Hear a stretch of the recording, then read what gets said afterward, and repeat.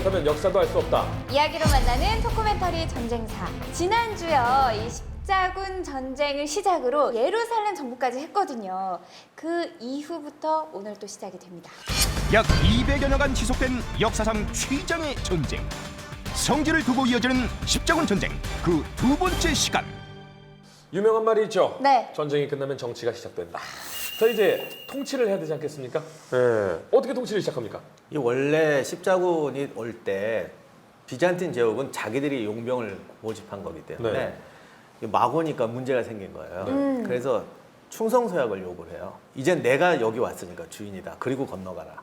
그래야 배하고 식량을 대주겠다. 지난해에 말씀드렸던 안티오크 전투에서 비잔틴군이 돌아가 버려서 네. 이게 끝나버린 충성서약이 거예요. 끝났죠. 네, 끝났어요. 그래도 이제부터는 마음 놓고 이제 약탈을 자기 땅을 점령하는 거죠. 예루살렘 왕국이 생기고 그 다음에 이제 중요한 게 안티오크, 그 다음 고미 트리폴리, 지난주에 얘기했던 에데사 이런 식으로 해서 되게 그걸 무슨 공장령, 백장령 그러는데 네. 하여간 그런 이제 봉건 영주 같은 이제 국가들이 생깁니다. 그 방금 박사님도 말씀을 하셨지만 사실 저희 토크멘터리 전쟁사에서 매번 언급이 된 것 중에 하나가 같은 하늘 아래 두 개의 태양은 없다. 그렇죠. 과연 누가 왕의 자리에 앉을 것인지 그냥 알려드릴 수가 없어서 제가 후보를 제시를 해드리도록 하겠습니다. 자, 1번 툴루즈 백작 레몽, 기호 2번 부용의 영주 고드프루아, 또 기호 3번 타란토 공작 보헤몽. 한 분 한 분씩 좀 자세하게 좀 살펴보도록 할까요? 일단 레몽은 당시 왔던 십자군 지도자 중에서 제일 신분이라든가 권위가 높은 사람이었어요. 지난해 말씀드렸지만 교황은 처음에 주교를 총사령관으로 하려고 했어요. 네. 아무도 안 한다고 그러고 그렇죠. 네. 왕들하고 하려더니 왕들은 다 파문시켜놨어요. 지금 교황하고 그렇죠. 싸우고 안 좋아서. 그래서 툴루즈 백작이라고 했는데 툴루즈는 우리는 잘 모르시는데 당시 프랑스에서는 제일 센 영주가 툴루즈 영주예요. 나중에 그 백년 전쟁하고 할 때도 이 툴루즈 영주가 막 좌지우지해요. 누가 와 그럴 정도인데 거의 프랑스의 왕 다음으로 지위가 높은 사람이 레몽이었는데 자기 전 재산을 팔고 십자군 원정에 참여를 합니다. 이 사람 때문에 십자군 원정이 봐라 단순히 상속 못 받은 사람들이 온 게 아니다라는 올 이유가 없거든요. 그렇죠. 네. 그나마 좀 의도가 순수했던 사람이죠. 그나마. 네, 그러나 물론 행동은 거칠었어요. 하여간 우리 상식하고 안 맞아요. 그 다음에 두 번째가 이제 고드프로아인데 고드프로아가 동생 보두행하고 같이 오는데 이 둘이 전투를 잘했어요. 또 예루살렘 정복할 때도 그 부용 고드프로아가 점령하죠. 장군들이. 그런데 이제 중요한 거는 그렇게 명망 입은 지도자는 아니었고 별로 이렇게 주도적으로 안 했는데 하여간 도렐레움 전투에서도 기사를 잘 써서. 한번 하고 예루살렘 점령하고 그 다음 3번 보헤몽 십자군 참수했던 중에서 제일 파란만장한 사람인데 보헤몽은 노르만 출신인데 알렉시우스 황제가 보헤몽을 보고 질겁을 했었어요. 왜냐하면 콘스탄티노플을 노리고 있는 가장 위험한 인물 중에 하나였거든요. 이런 인간이 십자군 하겠다고 오니까 황제가 놀라서 저걸 성에 받아들여야 돼, 안 받아들여야 돼. 그래서 그 뒤에 보헤몽은 평이 안 좋아요. 그런데 당시 그 궁정에 있던 황제의 딸 공주 안나 콤네냐라고 유명한 십자군 관련 기록을 남겼는데 네. 이 양반은 또 보헤몽을 열심히 칭찬을 해놨어요. 딸이라고요? 네, 저 잠깐만요. 냄새가 좀 나. 어디선가 나.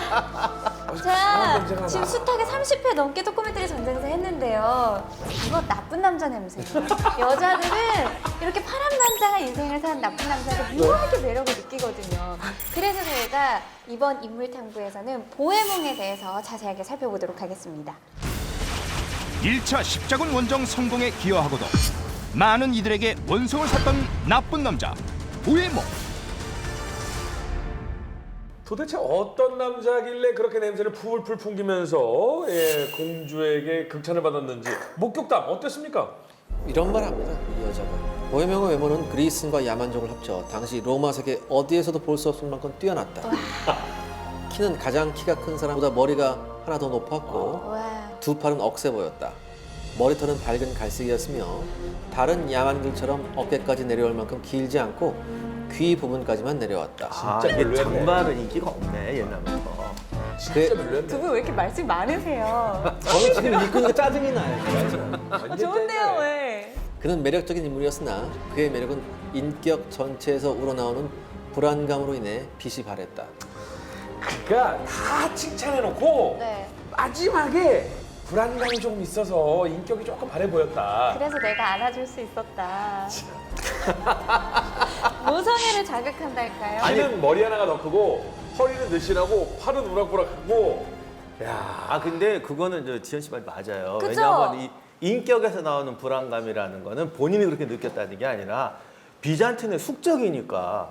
보헤몽 같은 경우는 비잔틴 황제가 놀라 자빠질 수밖에 없는 게 이 보헤몽의 선조가 이탈리아 그 노르만 바이킹이거든요. 네.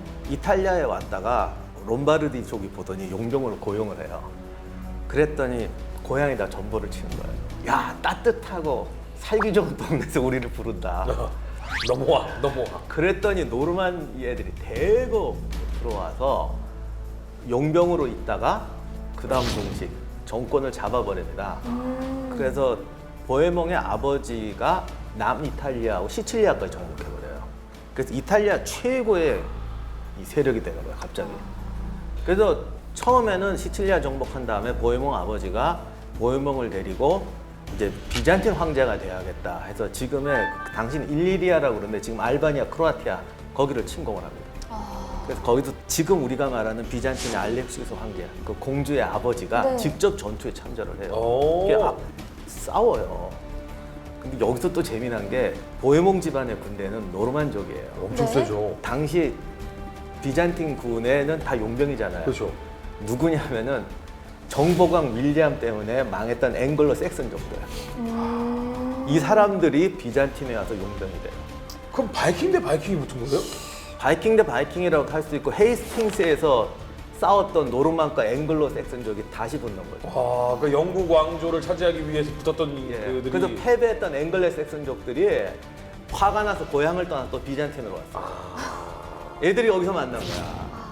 그래서 이- 어떤 의미의 세계 2차 대전이 예, 시작했죠? 이 왼수들 그러고 이 바랑 애들이 돌격을 해가지고 보헤몽 아버지가 죽을 뻔하는데 부인이 또 대단한 여정을 해요.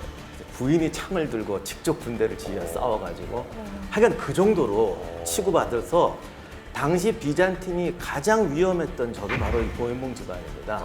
그래서 사실은 그때 계속 치고 나갔으면 비잔틴이 함락될 뻔도 했는데 이때 또 로마에서 사건이 나가지고 로마로 호출되는 바람에 살아나요. 이런 보헤몽이 십자군 하겠다고 오니 좌불안석이죠. 그렇죠. 그러니까 불길한 거죠. 근데 게다가 공주가 보헤몽을 보자마자 야, 이 아빠는 정말 환장하죠. 그래서 공주가 말한 불길함이란 보헤몽이 불길하다는 게 아니라 아 사람 참 잘생기고 매너 좋은데 주변 사람들이 다 저놈 못 믿어 이래서 안 됐다는 그러니까 이루어질 수 없는 안타까운 마음. 그렇죠. 어떻게 보면 보헤몽 편을 들어주는 거예요. 윤지현 씨께서 네. 지금 보헤몽에 대해서 아주 호감을 가지고 계신데 제가 박살내드리겠습니다. 좋다. 아유. 1098년 11월에 보헤몽이 이끄는 송영 부대가 시리아 북서쪽 끝에 있는 마하라트 노만이라는 곳에 당도합니다. 그리고 이곳에 당도하자마자 약탈과 학살을 시작합니다. 어느 정도였냐면 마을 외곽에 불을 피워놓고요. 산채로 사람들을 잡아서 저기다 집어던져요. 아유, 저런. 그리고 도시 안에서만 무려 2만 5천이 학살당합니다. 거의 이건 인정청소의 전쟁 범죄예요. 극악무도했네, 극악무도. 그리고 더욱 놀라운 건 심지어 여기서 카니발리즘까지 있었습니다. 인육을 먹었어요. 이 포라들. 왜 인육을 먹었냐면 그 모든 투르크와 이슬람 사람들한테 공포심을 심어주기 위해서 인육을 먹었어요. 일부러요? 봐봐, 생긴 거 그 따라가면 안 돼. 그래서 사람들을 아주 공포에 질리게 하는 효과가 있었고요. 한마디로 보헤몽은 그 아랍 사람들한테 어떤 십자군에 대한 이슬람의 반감을 키운 결정적인 인물입니다. 이래서 역사를 배워야 되나 봐요. 제가 미리 도큐멘터리 전문가를 만났어야 하는 건데 나쁜 남자는 역시 나쁜 남자인 걸로. 그 성에서 학살극이 벌어졌다는 거는 그 당시 십자군 쪽 기록에도 나와요.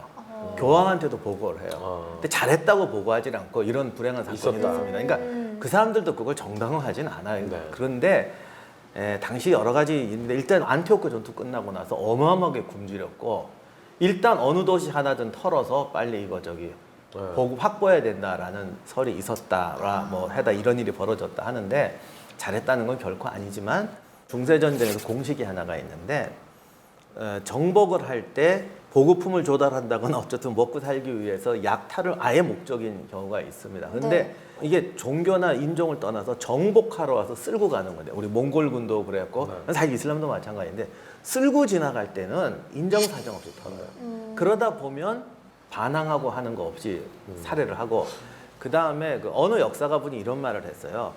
중세 사람들은 절대 도시민을 다 죽이지 않는다. 왜냐하면 쉽게 말하면 이런 겁니다. 만약에 우리가 요즘 전쟁이 났는데 네. 은행 금고가 없어졌어요. 군대를 점령했는데 그래서 어떻게 된 거냐 그랬더니 점령했던 그 부대장이 그냥 우리가 폭파시켜 버렸다. 그러면 누가 믿겠어요? 그렇죠. 무슨 소리야? 네가 은행 금고를 왜 폭파시켜? 빼돌렸지 이렇게 생각할 거 아니에요. 네. 중세의 도시를 털었을 때 최고의 약탈물은 사람이에요. 노예값이 최고예요. 아까 몸값이 있다고 그렇죠. 했으니까. 몸값은 귀족들 포로 교환하는 몸값과 일반인은 노예로 팔아요. 이게 은행 금고 폭파시켰다는 얘기하고 똑같은 거예요. 중세 도시를 점령해가지고 다 죽였다 그러면 요즘 우리말로 하면 은행 금고 폭파시켰다는 얘기하고 똑같이 들어요. 그래서 이분이 책에 이렇게 썼어요. 중세 사람들은 도시 전체를 학살했다고 하면 아무도 안 믿는다. 근데 현대인들은 믿는다. 그쵸. 왜? 우리는 몸값이라는 개념이 없으니까. 그렇지. 근데 이거는 조금 저는 달리 생각합니다. 왜냐하면 중세에서의 전쟁이긴 하지만 이게 어떤 유럽 내에서의 그들만의 전쟁이나 아랍권 내에서의 그들만의 전쟁이 아니라 이질적인 지금 문명이 이질적인 종교가 충돌해서 성지 탈환, 그러니까 명분을 가장 중요시하잖아요. 성지 탈환의 명분이고 저것들은 없어 죽여야 될 이교도들이기 때문에 유럽에서 생각하는 그런 일반적인 것보다는 훨씬 더 많은 학살이 일어나 대규모 학살이 일어나는 건 사실이에요. 그건 맞아요. 그런데 기본적으로 이렇게 되는 거죠. 자기가 점령해서 다스릴 지역이면 적당히 털고 학살까지는 안 해요. 위에 뭐 이렇게 좀 그 배제시켜야 돼야 될 그런 무리들은 이제 학살을 그렇죠. 하지만 그 다스려야 될 민중은 그대로 놔두는 그렇죠. 경우가 근데 이제 쓸고 지나가는 군대일수록 이제 그런 게 인정 사정이 없어요. 그러나 어쨌든 사람이 전리품이고 하기 때문에 이슬람이 이슬람을 칠 때, 셀주크가 이슬람을 칠 때, 십자군이 여기를 칠 때 양의 좀 차이가 날 수 있는데 상황에 따라 다르다. 이게 단순히 종교적 특징 갖고 쟤네를 멸종시켜야지라는 개념으로 전쟁하진 않았다. 네. 근데 보헤몽이요. 예. 아까 눌러 앉았잖아요. 그 그렇죠. 바이킹의 후예로서. 네. 안티오케스 눌러 앉아서 안 왔어요. 네. 바이킹의 특징이잖아요. 부자 동네나 여기 돈 될 만한 데가 있으면 눌러 앉아요. 그쵸. 그러면 일단 아니야. 네, 3번은 아닌 걸로. 예, 3번은 무조건 아니야. 2번 이제 강력한 우승보 고드프로아 있지 않습니까? 너무 확실한 거 아니에요? 그쵸. 왜냐면 이미 저희가 그 지난 시간에 배울 때 정말 용맹한 기사들이 있었다. 그 기사들을 데리고 있었던 게 고드프로아다. 이 얘기를 힌트를 너무 했었잖아요. 많이 줬나 봐. 여기서 반전이 있나요? 아니 없어요. 하나 있긴 있어요. 뭐가 반전? 있을까요? 빨리 죽어요. 아, 2년에 죽어서 동생 보드행이 왕이 돼요. 근데 그러면 레몽은 아무것도 차지 못하고 물러나나요? 그 뒤로도 사실은 그 라인 따라서 그 해안 따라서 계속 정복 전쟁을 해요. 네. 그래서 하다가 트리폴리를 차지해요. 트리폴리 또 유명한 상업도시잖아요. 예. 그래서 트리폴리를 레몽이 차지하고 그때 죽어요. 아, 또 죽어요? 병 들어서. 병이 들어서. 그렇군요. 그런데 보니까요, 예루살렘에 이제 모였단 말이에요. 근데 본래 살고 있었던 이슬람인, 또 유럽에서 온 십자군, 그리고 성지순례 오는 유럽인들까지 이렇게 너무 많은 사람들이 모이다 보면은 과연 서로가 화합을 하면서 잘 지낼 수 있을까? 이런 궁금증이 또 생기거든요. 지금도 화합 못하고 그러니까요. 저기 있어. 특히 중세 때는 아까도 우리가 계속 말씀을 드렸지만 약간 지금의 상식으로는 해석이 안 되는 그런 시대가 아니었나 이런 생각이 드는데 도큐멘터리 전쟁사를 보시는 분들은 우리가 이거 통계를 해야 됩니다. 정말 이해할 수 없는 상황, 정말 도저히 용납이 안 되는 상황이 발생할 때 우린 이렇게만 하면 됩니다. 뭐라고요? 중세 같아.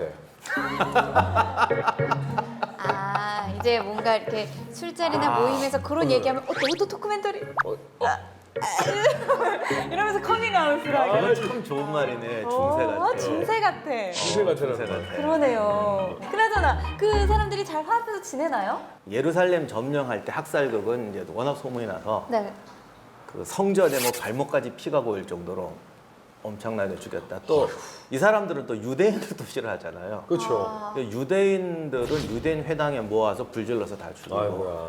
그 안에 있던 이슬람 사람도 엄청나게 죽여요. 다만 이게 좀 과장이 돼서 싸그리 다 죽였다라고 했는데 아까도 말씀드린 것처럼 중세는 절대 싸그리 다 못 죽여요.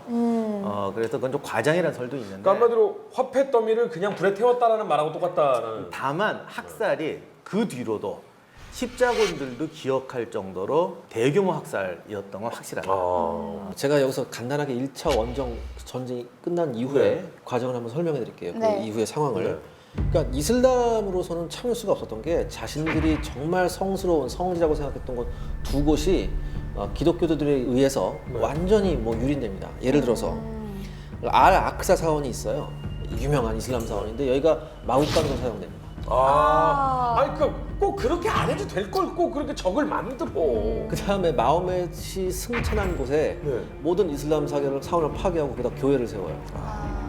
그러니까 이슬람은 이제 십자군의 이름으로 했던 모든 잔악한 일에 대해서 더욱더 이를 이제 바득바득 그쵸. 하죠. 근데 이때 당시에 예루살렘이 점령되고 나서 많은 기사들이 이제 본국으로 돌아가요. 그리고 기사는 한 200~300명밖에 안 남습니다, 현재. 그리고 이때 당시에 카톨릭 교황은 유럽인들에게 예루살렘으로의 이주를 장려를 하게 되죠. 유럽의 기독교 국가들로 이제 만들기 위해서. 네. 그리고 이제는 순례자들이 성지를 자유롭게 우리 오죠. 십자군이 점령을 했으니까 성지에 순례자들이 오기 시작해요. 그리고 십자군이 점령했던 4개 공국 있죠? 여기도 대단히 윤택해지기 시작합니다. 근데 이제 이슬람이라고 여기서 가만히 있지 않죠. 그렇죠. 이들은 성지 순례를 치고 빠지는 식으로 계속해서 괴롭혀요. 왜 우리가 지금도 콘보이 차량을 게릴라들이 기습을 하잖아요. 네. 그거하고 똑같아요. 이제 또 성지 순례나 어떤 상단들을 치고 빠지고 그런 식으로 계속 괴롭힙니다. 왕국을 칠 수는 없으니까 이제 무방비 상태에 다른 종교를 가진 사람들. 그렇죠. 그 사람들은 또 무슨 죄가 있다고 이렇게 좀 서로 근데 그런지 이제 모르겠어요. 양면성이 있는데 실제로 이제 보도행위 집권을 하면서 네. 또 화합 정책을 펴요. 그러니까 처음에는 그랬는데 살다 보니까 유대인 회당에 불질렀지만 또 유대인 회당 빨리 만들어줘요 다시. 그래서 다 이슬람 사원도 다시 여기 이슬람 사원에 중동이 이슬람만 있는 땅이 아니에요. 네. 우리가 지금 자꾸 착각하는데 원래 그 안에 여기는 그리스 종교인이 더 많았고 그리고 기독교인 네스트리오스교 그다음에 하다못해 조로아스터도 있고 이슬람교도 있고 다국적 국가, 네. 다종교 국가예요. 네. 그래서 원래 저 지역 사람들이 왜 이슬람 사람들이 좀 관용이냐고 그러면 워낙 섞여 살고 장사를 하고 살기 때문에 이 다문화권 문화가 저기 빨리 발달합니다. 그래서 아까 그 약탈한다고 그랬는데 약탈하는 건 주로 사막에 사는 부족, 유목민인데 이 사람들은 20세기까지도 약탈하고 살아요. 근데 이제 알레포, 모술, 다마스커스 이런 데 있는 사람들은 또 예전부터 벌써 도시화돼 있어서 국제화돼 있어요. 그래서 살면 뭐 이교도가 뭐다 어쩌고 하는데 다 똑같은 사람이고 친해지는 거죠. 그래서 이제 결혼도 해요. 그 진짜 근데 말씀하신 대로 그렇게 결혼을 하면요 자연스럽게 화합이 되지 않을까라는 여자 생각도 쪽으로- 근데 들거든요. 재미난 거는 기독교도 이교도하고 결혼을 금지해요. 네. 이슬람도 이교도와 결혼을 금지해요. 근데 눈에서 불 튀는데 그렇죠. 그게 아니 근데 그리고 이 결혼을 하려면은요 한 가지 조건이 있어요. 그쪽 종교를 앞으로 믿겠다라는 서약을 그렇죠. 맺으면 결혼할 보통 수가 있거든. 종교적으로 그러면 결혼할 때 그렇게 하죠. 남편은 부인 쪽 종교가 가지고 서약합니다. 그러고 부인은 남편 쪽 종교가 서약합니다. 그래서 결혼을 하고 안방에는 십자가 걸어놓고 건너방에는 근데 뭐 거기까지는 모르겠지만 의외로 결혼을 많이 해요. 보면은 대강 결혼이 어떻게 되면 이 중동 아가씨와 유럽 기사와의 연애가 많이 나요. 그래서 허락받아서 결혼을 하는데 이제 이게 어떻게 문제가 생기냐면 이 유럽인들이 와서 정착을 안 해. 자꾸 여기 좀 살게 하고 싶은데 정착하는 애들은 별로 없고 십자군 왕국이 만들어지니까 유럽 사람들이 십자군 이후에도 그러니까 정복 전쟁을 하는 게 아니라 와서 수비를 해주는 거예요. 와서 1년, 2년, 3년씩 와서 군대 복무하고 돌아가요. 파병이 있는 거고. 예, 파병을 해줘요. 그러니까 주민은 안 늘지만 이 사람들이 오는데 다만 문제가 뭐냐면 이게 사는 사람들은 이제 다 동화가 돼서 야, 쟤들아 왜 싸워? 쟤도 착한 사람이야 이러는데 이 방금 온 애들 그렇죠. 또 그 중에는 한재산 또 해보겠다고 오는 애들도 있거든. 그러니까 이게 잘 지내요. 잘 지내고 여기 싸우지 말자 하는데 갑자기 어떤 놈이 나타나서 막 달려들어서 이러니까 막 그 귀찮아 죽겠니? 그러면 또 저쪽에서 또 기독교 쪽에서도 여기 정착한 사람 또 배상을 해줘. 걔가 배상해 주는 게 아니라 그게 아니고 저기 이번에 또 새로운 놈이 사고 친 거야. 이러면 살아가요. 근데 다 알아 그거를 이쪽도. 하여간 귀찮아 죽겠다. 새로운 오는 놈들 좀 어떻게 관리 좀 잘해라. 근데 이게 국적도 달라. 통제도 잘 안 되고 그래서 계속 트러블은 생기는데 어쨌든 그런 트러블 속에서 서로 이해하는 상황까지는 만들어졌습니다. 그리고 또 하나 그 유럽에서 이주해 온 많은 그 이주민들이 무슨 생각을 하냐면은 그 저쪽 성제 근처에 가면 농토를 가질 수 있다는 생각을 하거든요. 근데 의외로 자기가 원하는 충분한 농토를 가질 수가 없었고 농토로 쓸 땅이 생각보다 부족했었어요. 이쪽 땅들이 대체적으로는 사막화 많이 되어 있는 땅들이라 농사짓기에는 적합하지 않은 곳이 상당히 많죠. 그래서 저쪽에 있는 사라센인들 중에서 특히 수니파들도 항상 저때 그 이집트가 시아파였거든요. 네. 시아파를 억압하고 이집트를 뺏으려는 이유가 이집트만큼 비옥한 땅이 그렇죠. 없었기 때문에. 항상 세계의 곡창지대. 근데 저 지역에 관해서 우리가 좀 이해를 해야 될 게 앞으로도 그렇지만은 이슬람 세력 내부의 갈등도 되게 심한데 어떤 분이 이런 말을 했죠. 십자군 1차 십자군이 한 세대만 먼저 왔어도 상륙도 못했을 거다. 한 세대만 뒤에 왔으면 박살이 나고 바다로 쫓겨갔을 거다. 어찌 하필 그때 와가지고 그러니까요. 지난 시간에 말씀드렸지만 말도 안 되는 상황이에요. 전혀 아무 생각 없이 싸웠는데 그 제갈공명의 전략처럼 되는데 그 기본이 저기가 갈등이 워낙 심해요. 그리고 땅이 사는 데가 거점이 분명하잖아요. 오아시스, 알레포. 지금 전쟁 나온 알레포, 모술 제일 좋은 데예요. 거기서 외방으로 밀려나면 사막이에요. 그러니까 우리가 생각하는 거와 달리 이슬람 사람들도 사이가 안 좋은 이유가 이게 단순히 나는 서울 살고 너는 외곽 산다가 아니고 네. 힘센 사람이 오아시스 주변의 땅을 차지하는 거예요. 수원이 있는 네. 지방 주변에. 도시들은 다 수원이 있는 것이에요. 먹고 살만한 그러면 힘이 약한 부족은 외곽으로 밀려나고 사막에서 살아야 돼. 더 약한 부족은 저기 바위산까지 밀려나요. 그러니까 이 사람들 간의 이 갈등이라는 거는 그야말로 갈등이란 말보다는 살아야겠다라는 네, 원초적 본능 그러니까 때문에. 기본적으로 내가 힘이 약해서 제3지역에 4등급 지역에 산다, 5등급 지역에 산다 이런 식이기 때문에 내가 쟤들을 죽여야 올라갈 수 있다라는 게 자체 내에서 굉장히 강해요. 자, 그런데 뭐 안에서 이렇게 잘 지내고 있지만 계속해서 이렇게 좀 성지순례 오는 사람들이나 다른 종교를 가진 사람들이 공격을 좀 받게 된단 말이죠. 그럼 그냥 보도행이 그들을 놔두면은 갈등이 시작되는 거니까 좀 막아줘야 되는 거 아니겠습니까? 근데 모두에 말씀드렸듯이 1차 전쟁이 끝나고 나서 많은 기사들이 돌아가요. 네. 그래서 병력이 대단히 부족하게 돼요. 아. 그때서부터 이 십자군의 전략이 뭐냐면 주요 거점에 단단한 성벽을 두고 방어하는 거예요. 지금 사진에 보이시면 저게 클라크 슈발리의 성인데 지금도 남아있는 아주 대단히 견고한 성입니다. 굉장히 견고해 보이긴 한데 네. 그리고 뭐 몇 년 안 된 것 크진 같아요. 않네요. 아 저게 정말 요새 중에 요새예요. 전 보기엔 저렇게 되어 보이지만 네. 접근로가 저 오른쪽에 다리 보이시죠? 네. 네네네. 그 좁은 다리를 통과해서 가야 되고 그 양쪽의 성벽 탑에서 어마어마하게 저기를 엄호하게 되죠. 그리고 지금 이렇게 나왔죠. 원래는 이렇게 깎아지는 언덕 위에 있어요. 아, 저 반대편은 지금 언덕인 거고. 그래서 저 성벽 밑에 보면 땅이 요만큼밖에 없잖아요. 네. 공격 병력을 집중시킬 수가 없어요. 아, 그리고 내성이 더 높잖아요. 안에. 네네. 그래서 바깥 성벽을 점령해도 안에 성에서 화를 쏠 수가 있네. 그리고 저기 통로가 다 또 터널로 돼 있어가지고 그래서 저거를 정복하려면 정말 밖에서부터 성을 하나하나 헐어야 돼요. 그래서 단 한 번도 저게 무력으로는 점령이 안 되고 겉모술수로 점령이 됩니다. 그때도 병력이 200명밖에 없을 때였어요. 그러니까 제대로 병력이 있고 식량이 있으면 당시 기술로는 점령 불가능한 성이죠. 그렇군요. 그러면은 또 이거를 지키기 위해서는 무기도 한몫을 좀 했을 것 같은데 이렇게 십자군 왕국을 지킬 수 있었던 무기가 어떤 것들이 있는지 무기고 만나고 오시죠.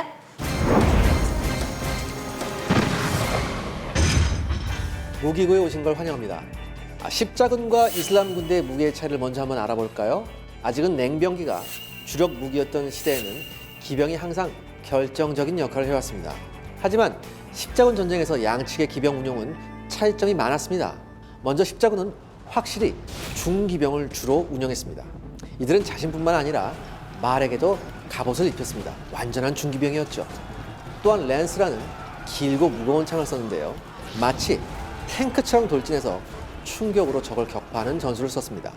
이슬람군 역시 중기병을 운영했습니다. 하지만 이들은 상당수의 경기병, 즉 군기병을 보유하고 있었죠. 이들 군기병은 히트앤런 전술에서 아주 능했습니다. 따라서 기동력이 상대적으로 떨어지는 십자군 중기병을 자주 괴롭혔죠. 하지만 일단 기병끼리 격돌이 이루어지면 십자군 중기병이 이슬람군을 압도하곤 했습니다. 십자군은 만성적인 병력 부족에 시달렸는데요. 이로 인해 성을 축성하게 됩니다. 이는 유럽의 축성술 발달에 큰 영향을 미치기도 했는데요. 그 대표적인 성이 바로 클라크 대 슈발리에입니다.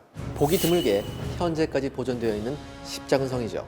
높고 바위투성이 있는 암벽의 선단 위에 위치해서 주변의 골짜기를 내려다보고 있는 이 무장된 선체는 도무지 꿰뚫을 수가 없었습니다. 클라크 대 슈발리에는 전략적으로 극히 중요한 지점을 차지하고 있었습니다. 그리고 십자군이 정복한 국가들을 방어하는 성들로 이루어진 네트워크의 일부를 형성했었죠. 두 개의 동심원으로 이루어진 원형 성벽이 방어의 기초를 이루었습니다. 원통형 탑이 있는 바깥쪽 외벽과 주 요새를 보호하는 안쪽 벽이 바로 그것입니다. 성의 외관은 대부분의 적들이 공격할 엄두를 내지 못할 만큼 충분히 위협적이었습니다. 결국 요새가 함락된 것은 포위 공격 때문이 아니라 책략 때문이었죠. 1271년 기사들은 지휘관이 보냈다고 하는 위조 편지 때문에 속아서 항복했던 것입니다. 클라크 대 슈발리에 성은 십자군들이 떠난 오랜 뒤에도 군사 요새로 남아 있었습니다. 지금은 아주 인기 있는 관광 명소죠. 하지만 최근에 폭격을 당해서 일부가 훼손되었다고 하네요. 자, 이번엔 공성 무기를 한번 총 정리해 보겠습니다. 아직 대포 같은 화약 무기가 나오지 않은 이 시기에 석재로 이루어진 성을 공략한다는 것은 쉽지가 않았습니다. 십자군 전쟁에서는 이제까지 나온 공성 무기가 총동원되죠. 특히 거점 방어를 주로 하는 십자군을 격파하기 위해 이슬람군이 공성 무기를 많이 동원합니다. 옛 그리스의 옥시벨레를 더욱 강화한 무기 콰스 알라랍을 사용했습니다. 로마군의 주 공성 무기였던 말레사도 함께 사용했었죠. 전통적인 공성 무기인 투석기 만자니크도 이슬람이 즐겨 쓰던 공성 무기였습니다. 이슬람군은 만자니크로 돌뿐만 아니라 인화성 물질에 불을 붙여 던지곤 했습니다. 고대 로마군이 개발한 화성추 역시 사용했습니다. 이슬람군은 이것을 카옷이라고 불렀죠.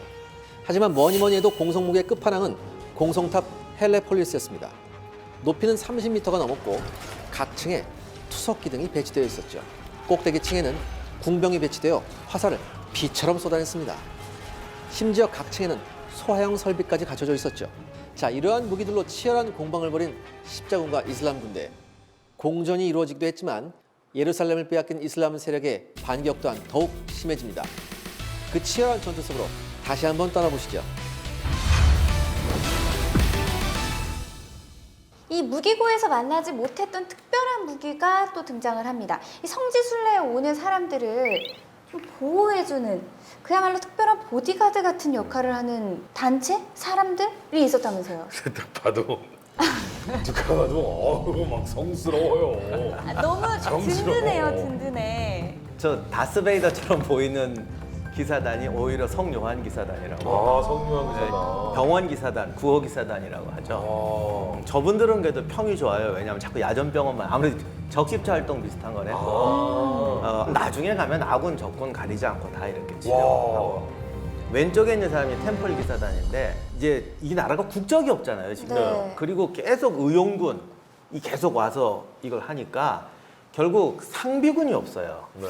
그러니까 결국 기사단이라는 게 만들어져요. 국적 초월 불문해서 성지를 지키자 이렇게 해서 기사단이 만들어지는데 그 템플 기사단은 예루살렘 성전 근처에다 사무실을 만들어줬다 해서 템플 기사단인데 근데 이게 여기서 또 이분법이 나와요. 병원 기사단 훌륭해 보이잖아요. 네. 그러니까 상대적으로 템플이 이제 미친놈이 돼가는 거예요. 이름도 템플 기사단이잖아요. 그래서 템플은 그냥 광신적인 그냥 이교대라면 다 죽여 이러는 이제 템플로 돼서 그 월터 스콧이라고 아이반호 십자군의 기사라는 소설 썼던 거기 대사도 나와요. 템플 애들은 저건 닥친 대로 죽인다. 이교도만 보면 그렇게 묘사가 되는데 그건 사실 좀 억울했죠. 템플도 그러진 않았어요. 네. 근데 템플에 대한 이야기도 또 상당히 많잖아요. 소설부터 시작해서 뭐 영화까지 정말 어마어마하게 템플의 이야기 많이 있잖아요. 근데 저 기사단이 기사도 있었겠지만 승려들도 있었고 사제들도 있었고 그래요. 특히 사제들 같은 경우에는 왜 저런 거에 적합했냐면 일단은 신앙심이 충만했었고 두 번째는 의외로 사제들이 잉여 인력이었어요. 아, 딱히 할 일이 예, 많지 않은. 잉여 인력이니까 그 이 잉여 인력을 저런 전투에 투입하자. 그런 생각이었죠. 근데 더군다나 또 적합했던 게 뭐냐면 이 승려나 사제들이 합숙 생활하던 사람이잖아요. 그쵸. 그러니까 어떤 거친 환경에 잘 적응을 하면서 단결력이 좋았어요. 그리고 군대는 기본적으로 조직이에요. 그죠. 임진왜란 때도 승병은 일주일이면 군대가 돼. 농민은 모아놓으면 몇 달 걸 1년 걸려도 안 돼. 그래서 저 기사단이 사실상 상비군 역할을 해요. 그리고 약간 이런 것도 있었겠네요. 기사단이 특히나 이제 그 안에 신앙심이 굉장히 독실한 사제나 승려들이 있다 보니까 일반 시민들이 약간은 존경심이 기본적으로 가지고 있는 게 있겠네요. 그렇죠. 이 기사단들 처음에 출발이 상당히 좋았어요. 초심을 잃지 않았고요. 오로지 신만 생각을 하고 결혼도 하지 않고 어떤 금욕적인 생활을 하면서 그 다음에 막상 의외로 전투에 투입해 보니까 전투력도 좋았어요. 하여간 옛날 전쟁은 이 백병전이라 그 예루살렘 함락 때도 얘기했지만 어떤 사명감, 사기 이런 게 중요한 것 같아요. 정신적인 멘탈이 굉장히 중요한 전투였군요. 그런데 이제 나중에 기사단이 어떻게 되냐면 수많은 사람이 의용병 입대를 하는 거예요. 네. 돈이 없잖아요. 여기까지 오려면 6개월을 여행을 해야 되는데. 네. 그래서 기사단이 은행업을 시작을 해요. 땅을 담보로 잡고 비용을 대줘요. 그뿐 아니라 여기까지 오는, 왜냐면 오다가 강도도 당하고 엄청나게 사건이 많아요. 그러니까 이슬람 그 무슨 산적들한테도 여기만 보호해 주는 게 아니라 온 전 과정. 요즘 말 여행사, 네. 금융업까지 다 해요.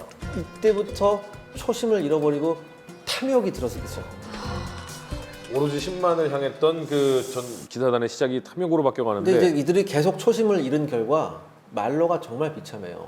심지어 어느 정도였냐면 끝에는 교황과 프랑스 왕으로부터 이단으로 낙인이 찍혀요. 참. 네. 그러면서 이제 전원이 처형되죠. 템플 기사단요? 예. 예, 왜냐하면 나중에 십자군이 네. 다 끝나고 돌아오니까 가진 게 돈밖에 없는 집단이 된 거예요.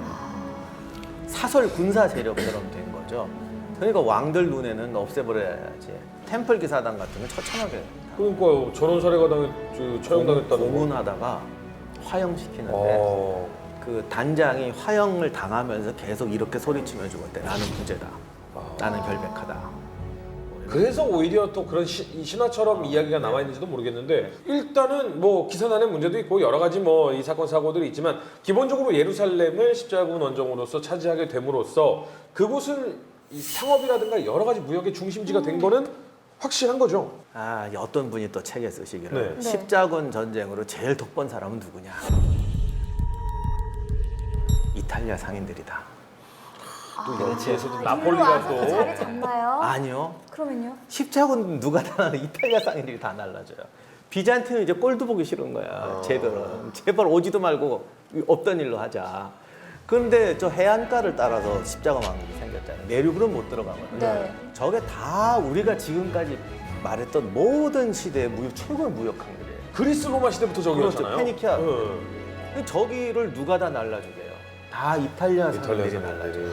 이렇게 배 타고 이렇게. 예, 그 유명한 나폴리. 베네치아, 제노바. 그래서 저 날라주고 그리고 저 사람도 물자를 대줘야 되고 네. 무역을 하기 시작하니까 이탈리아 상인들이 어마어마한 이제 부를 하기 시작하죠. 그러니까 이집트를 통과해서 사이레나이카 그쪽까지 갈 수 있는 관문이기 때문에 이때부터는 이른바 이제 베네치아 상인이라고 하나요? 우리가 알고 있는 그 베네치아 상인이 예. 여기서 나온 말인 거예요? 녹아나죠 이때부터. 그러니까 저기다가 모든 생활 물자를 대주고 사람도 날라주고 금융업도 해요. 그 템플 기사단만 하는 게 아니거든요. 그 우리가 지난번에 이걸 미리 시대를 앞질러 가서 했는데 비잔틴 할 때 4차 십자군이 왜 베네치아에 가서 전 함대를 만들어 달라고 네. 그러잖아요. 네. 이게 어떻게 된 거냐면 저거를 무역하면서 베네치아나 제노바들이 떼돈을 벌고 이 또 비잔틴 사람들이 웃기는 게 저거를 통제해야 되는 그 해군력을 만들어야 되는데 두 가지 이유가 있어요. 일단은 세력이 없어요. 지금 십자군 일로 와버리니까 용병 끌어줄 때가 그쵸. 거야. 그래서 베네치아나 제노바 상인들한테 떼줘요. 아예 이거 독점권을 줄 테니까 니네가 우리를 좀 지켜다오. 해군 역할도 해다오. 그것도 하고 또 하나는 이게 모든 문명이 그런데 돈을 많이 벌면 망치 산업을 싫어하게 돼요. 베네치아한테 모든 배 건조하는 것까지 다 떼넘겨요. 그래서 베네치아에 엄청난 선착장이 만들어지고 금융업이 만들어지니까 나중에 4차 십자군을 조직해서 거꾸로 콘스탄티노플을 털어버리는 이런 역사가 벌어져요. 그 바로 이게 이제 골드만삭스의 시작이에요. 그러니까 우리가 이제 그냥은 베네치아의 상해, 또뭐 제노바, 피렌체, 베네치아 이런 것들이 결국은 전부 다 이 시대에 유명해진 도시들이 되는군요. 자, 그럼 지금 얘기를 딱 들어보니까 어느 정도 안정화도 돼가는 것 같고 기사단이 잘 지켜주고 상인들은 돈 많이 벌고 너무너무 좋은 상황이거든요. 그러면 저희가 알기로는 한 10차 원정까지 200년 동안 십자군 원정이 이어지는데 2차 십자군은 왜 그러면 시작이 된 건가요? 근데 일단 이슬람도 가만히 있을 수 없죠. 보복을 해야죠. 아, 아직 이슬람 세력이 멸망한 게 아니죠? 그렇죠. 네, 네. 근데 사실 이때 이슬람 세력은 사분오열돼 있었어요. 네. 왜냐하면 어떤 강력하게 누군가 리더가 나와서 이슬람 사회를 통합한 게 아니라 네. 그러니까 칼리프라고 하죠. 네. 칼리프라고 불리는 군주들이 자기 그러니까 몇몇 로컬 지역에서만 그냥 영향력을 행사하고 있었을 때예요. 더군다나 이집트 쪽은 시아파, 이집트 카이로를 중심으로 하는 시아파, 그다음에 일단 사라센 지역에서의 수니파, 이 둘의 갈등이 너무나 심했었거든요. 이거를 어떻게든 통합을 하지 않는 이상 어떤 전면적인 반격이 좀 불가능했었는데 여기서 이슬람에서 아주 폭군이었지만 걸출한 인물이 하나 나옵니다. 그 사람이 누구냐면은 이제 이마드 알딘 장기라고 하는 사람이 북부 시리아 쪽부터 모든 수니파 세력을 통합하게 되죠. 이윽고 이제 1144년 무려 3만의 대군으로 십자군의 에데사 요새를 공격하게 됩니다. 근데 이제 운이 바뀌어요. 에데사의 그 조슐령이 진짜 악마 같은 전사였거든요. 근데 그 사람이 죽고 아들이 되는데 얘는 기록에 의하면 그야말로 멍청하고 꺼벙하고 생긴 것도 흉악하고 그렇게 돼 있어요. 더군다나 이제 이 십자군은 당시 50년 동안 평화에 찌들었었거든요. 그러니까 이제 쉽게 말해서 우리가 기사단 와 했지만 3만의 정규군이 오니까 이게 감당이 안 되는 거예요. 그렇죠. 전부 다 성 안으로 도망가요. 그쵸. 그때 1차 십자군 원정 때 예루살렘을 공격했던 그 인원보다 훨씬 더 많은 3만 대군이 지금 이제 그 십자군을 공격을 하러 온 거잖아요. 더군다나 이 3만은 비전투 요원이 아니에요. 전투 요원이요? 전원 전투 요원이었고 거의 대부분이 더군다나 기병이었어요. 에데사를 포위하고 공격을 하는데 이 장기가 또 머리를 써요. 에데사를 공성으로 하기 힘들다고 생각을 하고 광부들 내려서 땅을 파고 통로를 만다는 글로 들어. 이야, 그때부터 땅굴이 있었구나. 난 나 어렸을 때 생긴 줄 알았어요.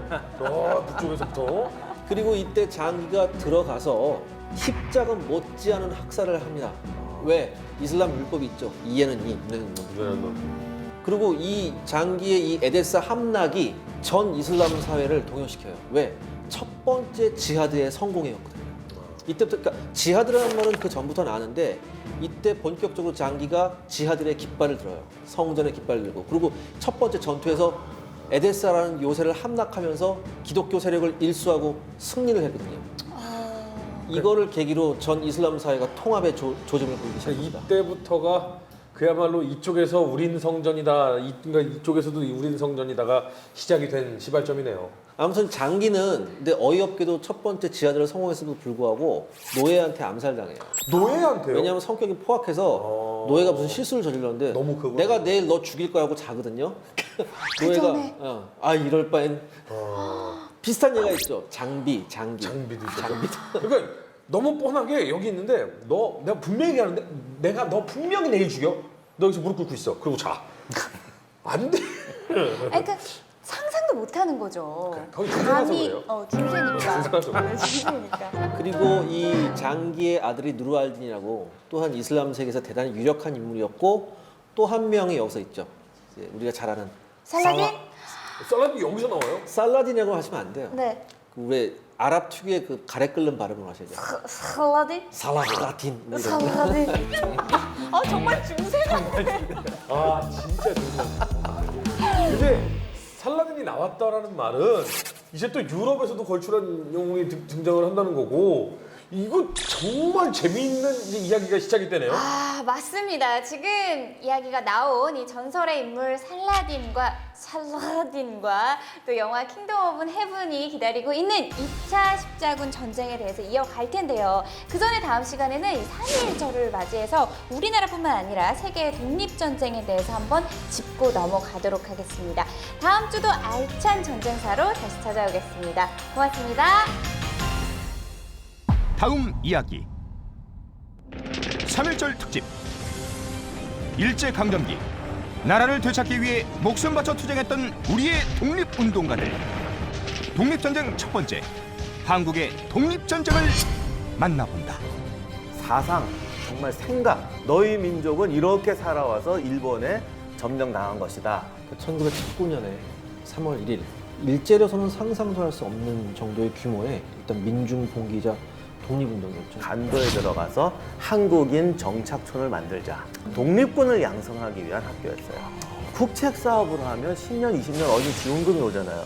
맨몸으로 가서 거의 30만 이상이에요. 30만이요? 항일 투쟁을 하겠다는, 싸우겠다는 의지로 간 거거든요. 피눈물 나는 과정을 거쳐서 3만의 독립군이 조직이 됩니다. 저런 수준에서 저런 군대를 만들어냈나? 진짜 뼈와 살을 드러내서 만든 군대예요.